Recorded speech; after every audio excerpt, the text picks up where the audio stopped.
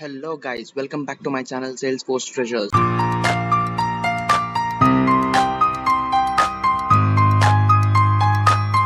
Good morning, good afternoon, good evening, good night according to your time zones.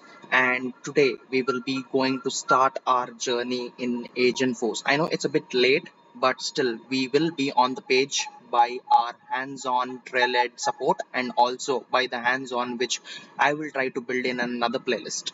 So let's quickly jump into our Agentforce champion trail. So we have a set of badges which we need to complete to become a Agentforce champion or to have a hands-on on Agentforce. So we'll just go step by step. So our first step is becoming an Agentblazer. So I have just clicked on that agent badge. So we will be having some quizzes which is here. So we have to just answer this quiz, and as you know, Trailhead gives you some points based on the answers which you give. Lifecycle management of an agent is an important part of which agent blazer status. I think it's of legend because lifecycle management comes in a legend trail.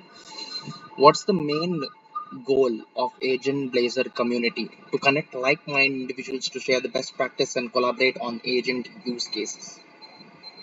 So yeah, we have completed our first badge successfully and our current steep is 1 week.